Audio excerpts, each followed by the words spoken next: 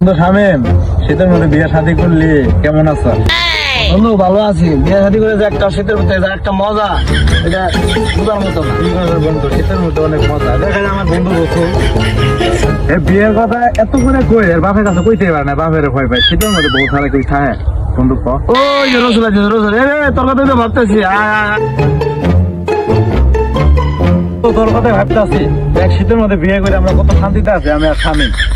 তোর বিয়ের কথা কইলেই তুই ভয় পাস, তো বাপের কইতেই পারস না, ঠিক একটা।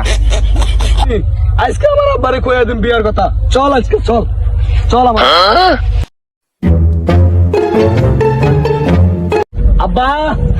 ও আব্বা, আব্বা কি হয়েছে তোর এত মেতাজ কে? ওই যে কইছিলাম শীতায় পাচ্ছি তো, কইছিলাম বাজার থেকে একটা কম্বল টম্বল কিনে দেওয়ার লেগে। দেখ